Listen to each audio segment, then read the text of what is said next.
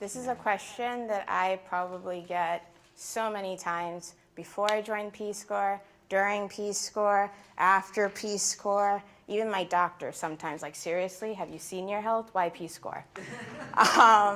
But for me, honestly, I needed to figure some shit out.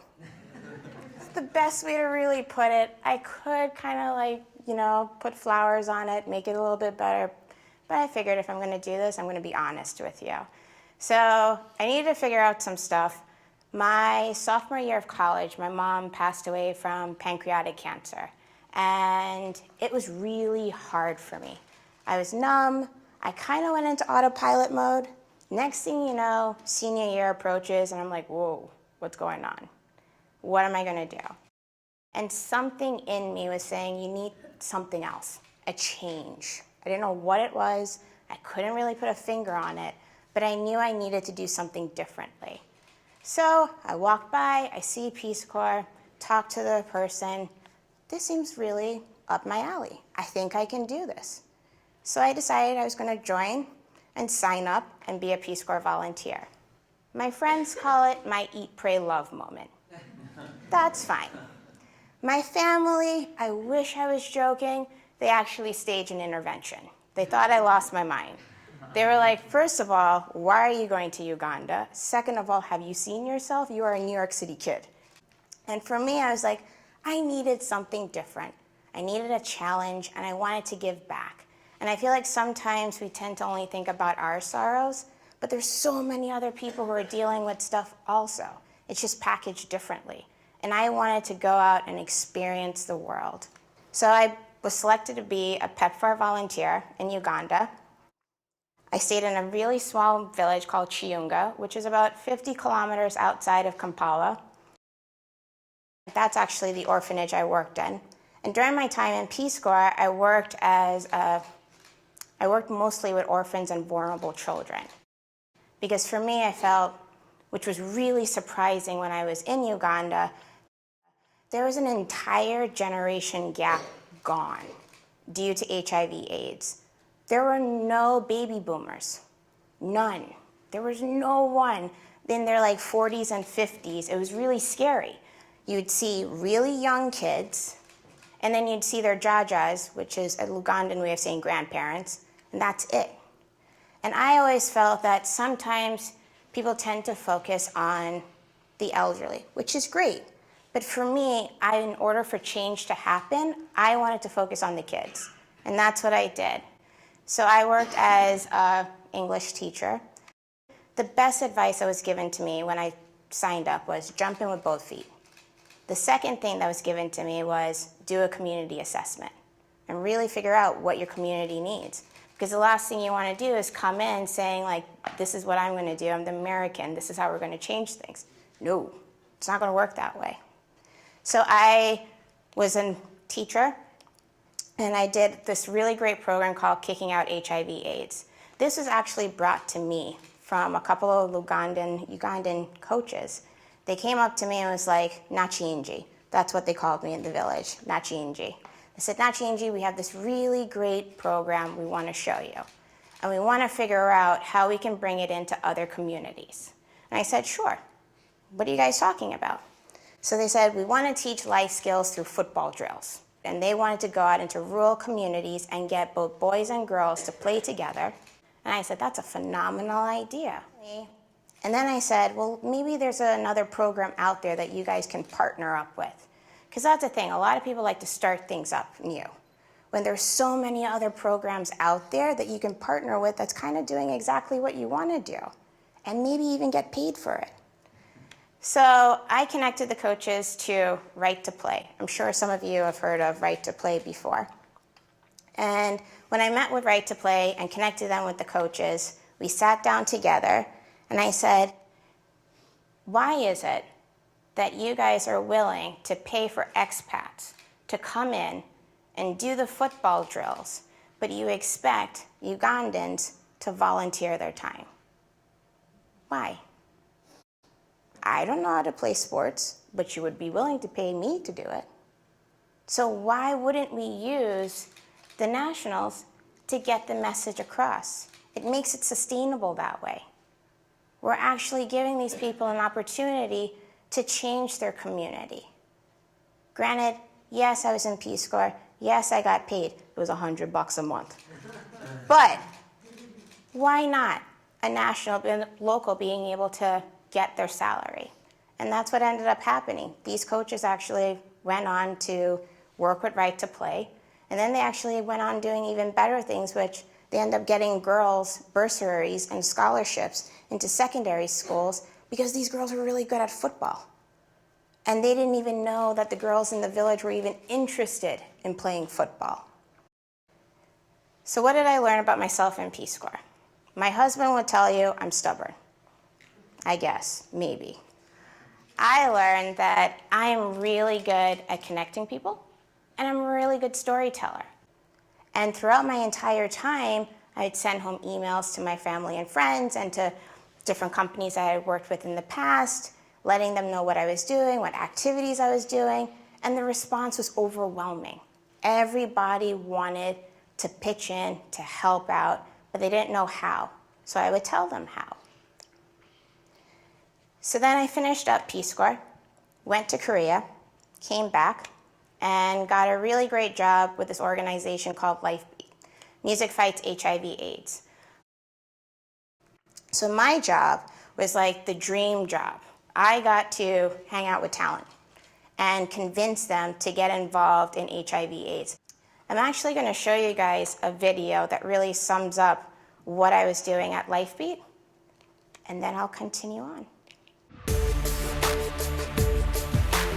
HIV is rising faster in young people than in any other age group. I am sexually active. Some sexually active. Of course I'm sexually active. Every single month, we have 1,000 new cases of HIV among young people. I like it without the condom. Without it? Without, every time.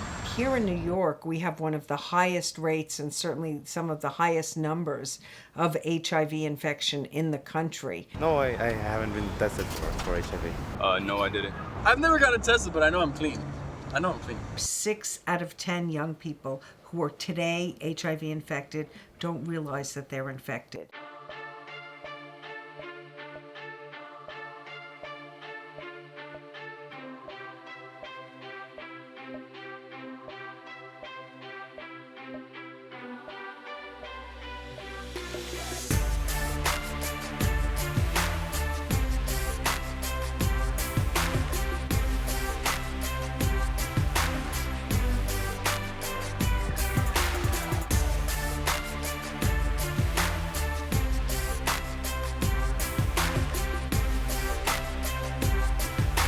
All you gotta do is get tested for HIV and you get a free ticket.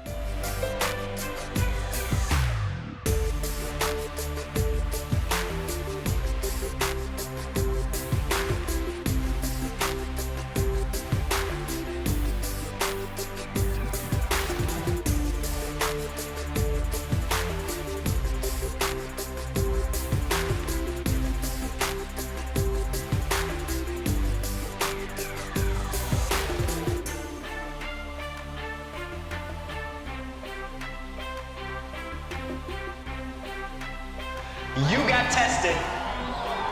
Now let's get kissed off. I don't even know how to explain right now to see my favorite performers in New York. Most, people our age or younger, they won't really do this kind of stuff unless there's a reason for it. So this is a really good opportunity for them.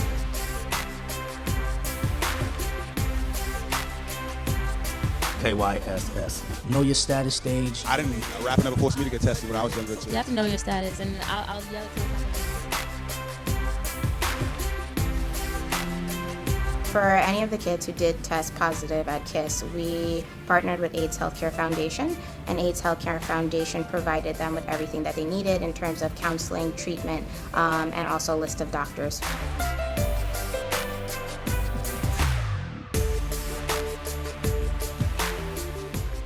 So I'd go to these schools, I'd talk to these kids, and it was like going through one year, coming out the other. Yeah, we know. You saw it on the video. I'm clean, I'm sure, I know it. And what I ended up doing was meeting with these guys and being like, this is what we're doing. This is why we're doing it. And we need your help. Because at the end of the day, you've been given a platform that not everybody has. Not everybody is able to speak to thousands, hundreds of thousands, millions of people are listening to you. And why not use that for social good? And that's what they did. For that concert series that we did, granted, you saw how the press, we didn't hire any PR company. The only thing we did was give the artists the language and they posted it out on their sites. That was it. That's how the kids found out about it. And it was sold out. It was successful. The CDC actually asked, how are you able to do that when we tried to do it in New York once and it failed? And it's because they weren't listening to the audience, which is their younger demographic. At the end of the day, I learned from Peace Corps, you can't always look at things from your perspective. You gotta look at it from other people's perspective. And if you're able to do that, you're able to actually create some form of a change because you're thinking outside the box. Another thing that I did was, some of you, I'm sure, are familiar with Salt and Pepper. I had the great honor of working with these fabulous ladies. I approached, actually, Burton Snowboards. I was like, hey, I have a long list of artists that I can actually get, any artist. What if we did a limited edition snowboard where part of the proceeds went back to Lifebeat?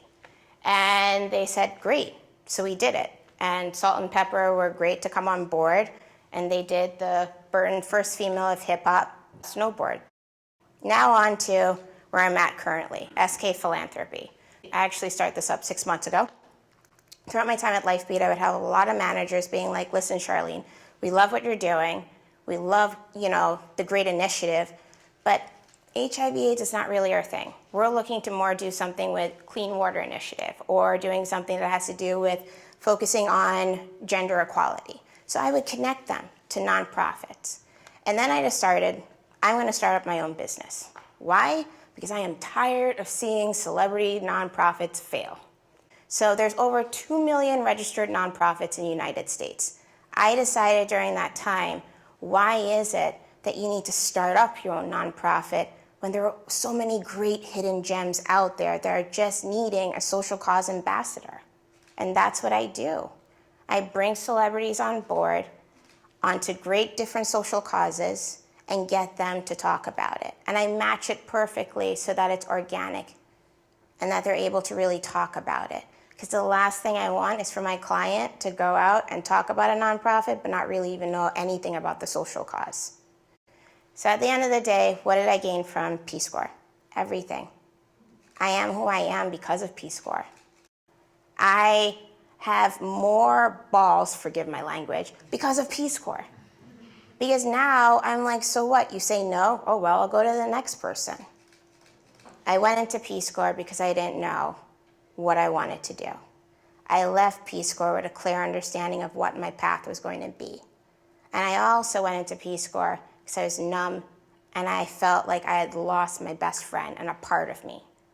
And I left Peace Corps feeling at peace and at ease and realizing that she is always with me. So on that note, thank you guys.